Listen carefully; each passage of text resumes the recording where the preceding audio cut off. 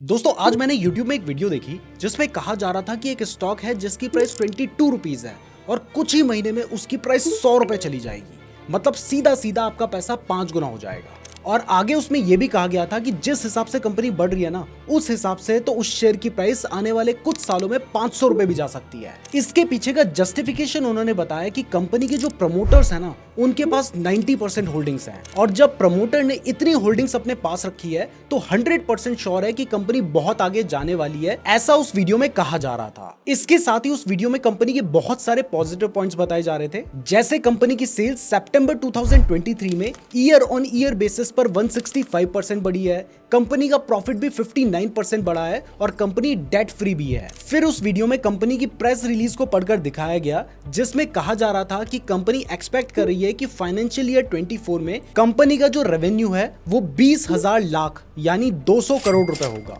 और फाइनली उस वीडियो में यह भी कहा गया था कि कुछ बहुत बड़े बड़े इन्वेस्टर्स हैं जो कि इस स्टॉक में इन्वेस्ट करने जा रहे हैं, लेकिन उनके बारे में अभी ज्यादा इंफॉर्मेशन नहीं है। तो ये सब देखकर मैंने सोचा कि अगर कोई इतना अच्छा स्टॉक है तो ये तो एक बहुत बड़ी अपॉर्चुनिटी है और ऐसा मौका मुझे नहीं छोड़ना चाहिए। तो ज्यादा इंफॉर्मेशन के लिए मैंने उस स्टॉक का नाम YouTube में सर्च किया तो सेम स्टॉक के ऊपर मुझे एक और वीडियो दिखाई दी जिसमें भी बिल्कुल सेम यही बातें की जा रही थी और उस वीडियो में तो 2.5 लाख से भी ज्यादा व्यूज थे। तो मैंने सोचा कि अगर कोई स्टॉक आपका पैसा कुछ ही महीनों में 5 गुना कर सकता है तो ऐसे स्टॉक के ऊपर मुझे एनालिसिस तो जरूर करना चाहिए। तो एनालिसिस करते हुए मैंने देखा कि ज्यादातर बातें जो उस वीडियो में बताई जा रही थी, जो फैक्ट्स दिए जा रहे थे, वो सब सही थे। कंपनी की सेल्स प्रॉफिट जिस क्वार्टर में जितना बताया था उतनी ही बड़ी थी और कंपनी डेट फ्री भी थी। लेकिन अपने एनालिसिस पर मुझे बहुत सारी ऐसी भी बातें पता चली जो कि उस वीडियो में नहीं बताई गई थी। जैसे ये एक बहुत ही छोटी कंपनी है जिसकी मार्केट कैपिटलाइजेशन 250 करोड़ से भी कम है। इसका रिटर्न ऑन इक्विटी और रिटर्न ऑन कैपिटल एम्प्लॉयड ठीक है 12 एंड 16% का। ये कंपनी एक secondary steel producer and manufacturer है जो कि TMT बार्स बनाती है। तो यहां तक तो सब कुछ सही लग रहा था, लेकिन जैसे ही मैंने कंपनी की सेल्स देखी तो मुझे दिखाई दिया कि 2020 में कंपनी की 359 करोड़ की सेल्स थी, लेकिन कंपनी का जो एक्सपेंस था वो था 386 करोड़ और कंपनी को 27 करोड़ का लॉस हुआ था। मार्च 2021 में कोविड की वजह से कंपनी की जो सेल्स थी वो गिरकर 78 करोड़ हो गई थी और कंपनी का जो एक्सपेंस था वो 135 करोड़ था, जिसकी वजह से कंपनी को 57 करोड़ का लॉस हुआ। चलिए वो तो कोविड की वजह से हुआ, लेकिन उसके अगले साल तो कोविड बहुत कम हो गया था, लेकिन कंपनी की सेल्स और ज्यादा गिरकर सिर्फ 12 करोड़ रह गई और वहां पर भी 11 करोड़ का कंपनी ने खर्चा किया और उसको सिर्फ 1 करोड़ का प्रॉफिट हुआ। उसके अगले साल कंपनी की सेल्स अचानक से बढ़कर 107 करोड़ हो गई, बट वहां पर कंपनी ने 100 करोड़ का खर्चा कर दिया और कंपनी के पास बचे 7 करोड़। चलो ये भी एक बार को मैं सह लेता, लेकिन जब मैंने कंपनी का कैश फ्लो देखा तो वो देखकर तो मेरा पूरा दिमाग खराब हो गया। आप देखो कंपनी ने 2022 में, हमें दिखाई दे रहा है कि मार्च 2022 में कंपनी ने 12 करोड़ की सेल्स की थी, तो उसके अकाउंट में उस 12 करोड़ में से कुछ पैसा तो आना चाहिए था, लेकिन कंपनी के पास कोई भी पैसा नहीं आया। ऑपरेटिंग एक्टिविटी से, इन्वेस्टिंग एक्टिविटी से भी कोई भी पैसा नहीं आया और ओवरऑल कंपनी का जो नेट कैश फ्लो था वो था 0। इसके बाद मार्च 2023 में बहुत बड़ी चीज दिखाई गई कि कंपनी ने 107 करोड़ की सेल्स की है, बट इस 107 करोड़ में से कंपनी के पास जो कैश फ्लो था वो आप देखेंगे -2 करोड़। मतलब ये हो क्या रहा है, कंपनी सेल्स तो कर रही है लेकिन उसके पास कोई भी कैश नहीं आ रहा है। तो ये एक बहुत ही नेगेटिव चीज थी जो कि उस वीडियो में नहीं बताई गई थी। अब इसके बाद मैंने सोचा कि यहाँ पर प्रमोटर्स की होल्डिंग भी चेक कर लेता हूँ, तो हमें दिखाई देता है कि जो प्रमोटर्स की होल्डिंग है ना वो बहुत ही अनइवन है।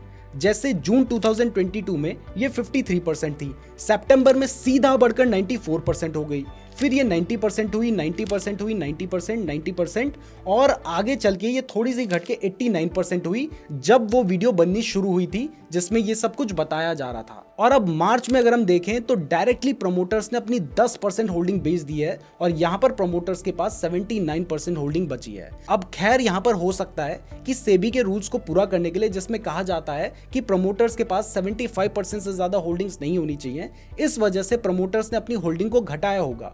बट ये सारी होल्डिंग सिर्फ पब्लिक ने खरीदी है, इसमें कोई भी फॉरेन इंस्टीट्यूशंस नहीं है, कोई भी डोमेस्टिक इंस्टीट्यूशन नहीं है। तो अगर ये इतना अच्छा स्टॉक है तो ये जो FIIs और DIIs हैं उन्होंने इस स्टॉक पे हाथ क्यों नहीं डाला है? तो फंडामेंटल्स जिस हिसाब से अच्छे बताए जा रहे थे उस हिसाब से अच्छे नहीं है। और इसके साथ ही एक और चीज जो मुझे पता चली वो ये है कि इस कंपनी के जो टोटल कस्टमर्स हैं इतनी बड़ी 250 करोड़ की कंपनी हमें दिखाई जा रही है तो इसके कम से कम 100, 200, 500 कस्टमर्स तो होने चाहिए ना। लेकिन इस कंपनी के सिर्फ 5 कस्टमर्स हैं, यानी 5 ही लोग हैं जो इससे सामान खरीदते हैं, और उसमें भी 58% जो इसका रेवेन्यू आता है वो सिर्फ एक ही कस्टमर से आ रहा है। तो यहां पर जो कस्टमर कंसंट्रेशन रिस्क है वो बहुत ज्यादा है। अगर एक भी कस्टमर चला जाएगा तो कंपनी का जो रेवेन्यू होगा वो अचानक से ड्रॉप करेगा, और अगर 5 के 5 चले गए तो कंपनी बिल्कुल ठप बैठ जाएगी। और यही वजह है कि सेल्स में हमें दिखाई दे रहा है कि कंपनी का जो रेवेन्यू है वो बहुत ज्यादा तेजी से बढ़ रहा है और बहुत अचानक से कम हो जा रहा है। अब फाइनली ये सब देखने के बाद मैंने सोचा कि चलो इसकी रेटिंग्स भी देख लेता हूं, क्योंकि कई क्रेडिट रेटिंग एजेंसीज होती हैं जो बहुत सारी ऐसी बातें हमें बताती हैं जो कि कंपनी नहीं बता रही है। तो इसके लिए मैंने कंपनी की क्रेडिट रेटिंग्स को खोला जो कि 24 अप्रैल की थी, और इसमें आप शॉक हो जाएंगे जानकर कि जो क्रेडिट रेटिंग एजेंसी है केयर, उसने इसकी जो रेटिंग है वो दे रखी है डी। अब अगर कोई क्रेडिट रेटिंग एजेंसी किसी स्टॉक को डी रेटिंग देती है तो वो जो डी रेटिंग है ना वो उस स्टॉक के लिए बहुत ही ज्यादा खराब होती है। तो इस स्टॉक को डी रेटिंग देने के पीछे का रीजन जानने की जब हमने कोशिश की तो हमें पता चला कि इसको डी रेटिंग इसलिए दी गई है क्योंकि जो रेटिंग एजेंसी थी उसने कई बार इनको कॉल किया, ईमेल किया, लेटर भेजा इंफॉर्मेशन मांगने के लिए, लेकिन इस कंपनी ने उस क्रेडिट रेटिंग एजेंसी को कोई भी इंफॉर्मेशन प्रोवाइड नहीं की। इवन उन्होंने रेटिंग एजेंसी को सर्विलेंस फीस तक नहीं दी, जिस वजह से थक हार कर उस क्रेडिट रेटिंग एजेंसी को इन्हें डी रेटिंग देनी पड़ी। और ये सिर्फ 2024 में नहीं हुआ है, बल्कि अगर हम इससे पहले की भी रेटिंग देखें तो वहां पर भी आपको दिखाई देगा कि सेम इसको डी रेटिंग मिली है। और उसके पीछे का भी रीजन था कि इन्होंने उस टाइम पर भी कोई इंफॉर्मेशन प्रोवाइड नहीं की थी। अगर हम उससे पहले देखेंगे तो 2022 में भी इन्होंने अपनी कोई भी इंफॉर्मेशन प्रोवाइड नहीं की, जिस वजह से इन्हें डी रेटिंग ही बार बार मिली है। तो एक कंपनी जो कि क्रेडिट रेटिंग एजेंसी को अपनी इंफॉर्मेशन तक ना दे, जिसके पास सिर्फ 5 ही कस्टमर्स हों और जिसके फंडामेंटल्स भी कुछ खास ना हो, उस कंपनी के बारे में कोई वीडियो बनाकर ऐसा क्यों कह रहा है कि उसके शेयर की प्राइस 22 रुपए है और वो 100 रुपए तक जा सकती है कुछ ही महीने में। तो ये समझने से पहले अगर आपको वीडियो पसंद आ रही है ना तो वीडियो को लाइक जरूर कर दीजिएगा, और साथ ही हमारे चैनल को सब्सक्राइब भी कर देना,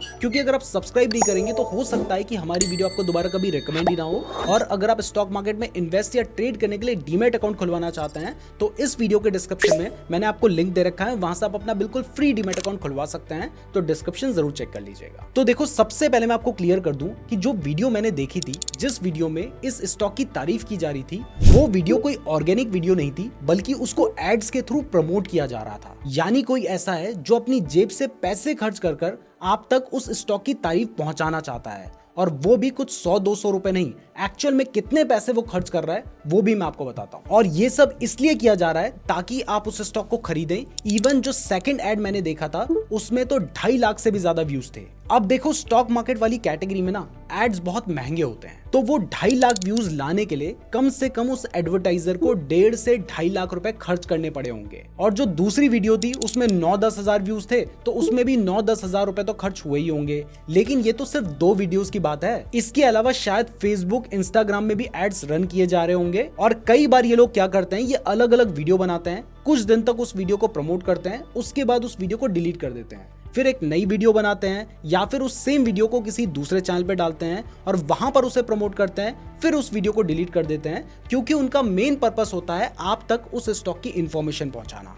तो मेरे हिसाब से अभी तक इस स्टॉक की तारीफ आप तक पहुंचाने के लिए उस एडवर्टाइजर ने कम से कम 15 से 20 लाख रुपए खर्च किए होंगे। तो अब ध्यान से सोचो कि कोई अपने लाखों रुपए खर्च कर रहा है आपके लिए, जो आप अनजान हो उस व्यक्ति से, उसके लिए वो लाखों रुपए खर्च करके एक ऐसा स्टॉक बता रहा है जो कि आपके पैसे को 5 गुना कर देगा। देखो, इतने अच्छे इंसान ना सिर्फ सतयुग में हुआ करते थे। आज के टाइम पर अगर कोई ऐसा कर रहा है ना तो इसका सीधा सा मतलब है कि उसका इसमें कुछ ना कुछ फायदा है। और एक्चुअल में वो फायदा क्या है, चलिए ये समझते हैं। तो एक्चुअल में ये जो गेम है ना, ये है पंप एंड डंप का।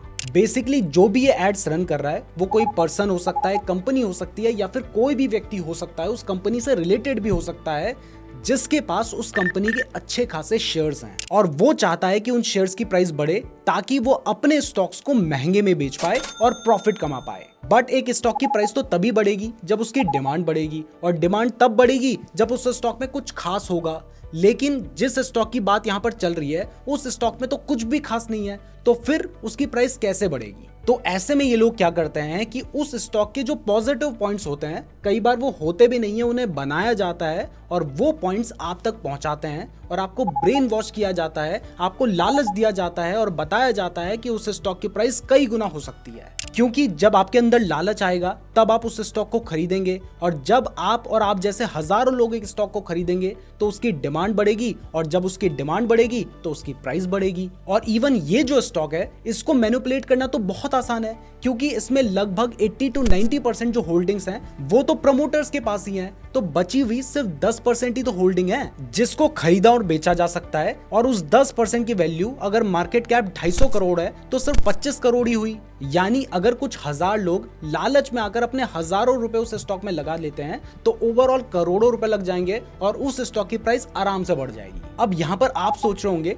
कि ये तो अच्छी बात है, चाहे कैसे भी बढ़े लेकिन स्टॉक की प्राइस तो बढ़ रही है ना, और बढ़ेगी तो मैं महंगे में बेचकर प्रॉफिट कमा ही लूंगा। लेकिन आप गलत सोच रहे हो, क्योंकि यहाँ पर असली बलि का बकरा जो है ना वो आप ही हो। क्योंकि यहाँ पर आपसे पहले उन इन्वेस्टर्स ने अपने बहुत सारे पैसे उस स्टॉक में इन्वेस्ट कर रखे हैं और बहुत सस्ते में उस स्टॉक को खरीदा है। तो उन्होंने बहुत सस्ते में करोड़ों रुपए लगा के शेयर्स खरीद लिए और अब कुछ लाख रुपए लगाकर वो एड्स रन कर रहे हैं, जिससे आपको लालच दिया जा रहा है। आपके मन में पैसा कई गुना होने के सपने हैं, जिससे आप उस स्टॉक में इन्वेस्ट करेंगे, और जैसे ही आप इन्वेस्ट करेंगे तो स्टॉक की प्राइस बढ़ेगी, और जब अच्छी खासी प्राइस बढ़ जाएगी ना, उस टाइम पर जिन्होंने बहुत सस्ते में खरीदा था और जो एड्स रन कर रहे थे वो महंगे में उस स्टॉक को बेचकर निकल जाएंगे। और जब वो अपने करोड़ों रुपए के शेयर्स बेचेंगे ना, तब उस टाइम पर उस स्टॉक में सप्लाई आएगी, और जैसे ही किसी स्टॉक में सप्लाई आती है उसकी प्राइस गिरने लग जाती है, तो एकदम तेजी से उस स्टॉक की प्राइस गिरेगी। और जब प्राइस तेजी से गिरेगी उस टाइम पर डेली लोअर सर्किट लगेंगे,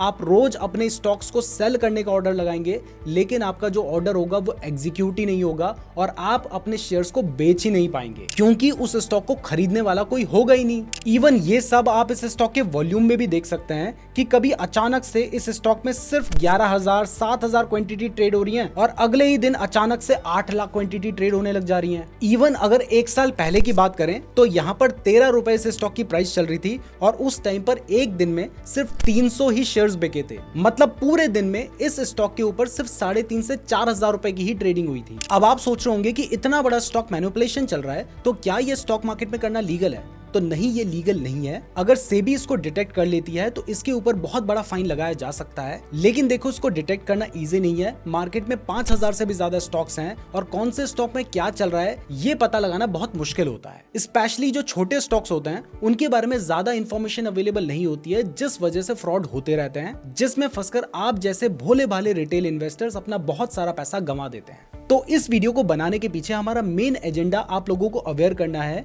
कि YouTube, टेलीग्राम, इंस्टाग्राम, फेसबुक या फिर इवन टीवी में भी अगर आपको कोई ये बोलता है कि ये स्टॉक अगर आप बाय कर लोगे तो कुछ महीने में आपका पैसा इतने गुना हो जाएगा, तो आपने आंख बंद करके उस पर भरोसा नहीं करना है। और स्पेशली अगर एड्स के थ्रू आप तक कोई स्टॉक पहुंचाया जा रहा है ना, तो समझ जाएं कि वो तो स्कैम ही है। तो अगर आपको इन्वेस्ट करना है तो खुद रिसर्च करो। अपनी इन्वेस्टमेंट के लिए आंख बंद करके किसी भी यूट्यूबर पे, फिर चाहे मैं हूं या फिर कोई और हो, उस पर भरोसा मत करो। इसके अलावा एक और चीज आपको बता दूं कि आजकल मैं और मेरे जैसे जितने भी फाइनेंस क्रिएटर्स हैं उन सभी के नाम पर हर सोशल मीडिया प्लेटफॉर्म पर फेक अकाउंट्स बने हुए हैं, जो कि दिखने में बिल्कुल रियल लगते हैं, और वो खुद से आपसे कॉन्टैक्ट करते हैं या फिर कई बार आप सर्च करके भी उनके पास चले जाते हैं और वो आपसे पेड कॉल्स या प्रॉफिट शेयरिंग के नाम पर पैसे मांगते हैं। तो ऐसे अगर कोई भी व्यक्ति डायरेक्ट मेरे नाम से आपसे पैसे मांगे तो समझ जाएं कि वो एक स्कैमर है। हम कोई भी डायरेक्ट पेमेंट नहीं लेते हैं। हमारा सिर्फ एक नीरज जोशी ऐप है जो कि प्ले स्टोर पे अवेलेबल है, और वहां हमने एक कोर्स बना रखा है जिसको आप ऐप से ही बाय कर सकते हैं, जिसमें हमने इन्वेस्टिंग के बारे में बिल्कुल बेसिक से लेकर एडवांस तक सिखाया है, और उसमें 47 लेक्चर्स हैं, जिसकी 2-3 वीडियोस आप फ्री में भी देख सकते हैं, और उसकी पेमेंट आप डायरेक्टली ऐप में करके डायरेक्टली ऐप में ही उसका एक्सेस ले सकते हैं। इसके अलावा हम कोई भी पेड ऑफरिंग नहीं करते हैं, तो स्कैम से सावधान रहें। अगर आपको कभी कोई डाउट होता है तो हमारे जितने भी ऑफिशियल लिंक हैं वो हमारे YouTube के अबाउट सेक्शन में आपको मिल जाएंगे। फ्री डीमैट अकाउंट का लिंक डिस्क्रिप्शन पे दिया गया है, और अगर आप बिल्कुल बेसिक से स्टॉक मार्केट के बारे में सीखना चाहते हैं तो आप ये वाली वीडियो देख सकते हैं। धन्यवाद।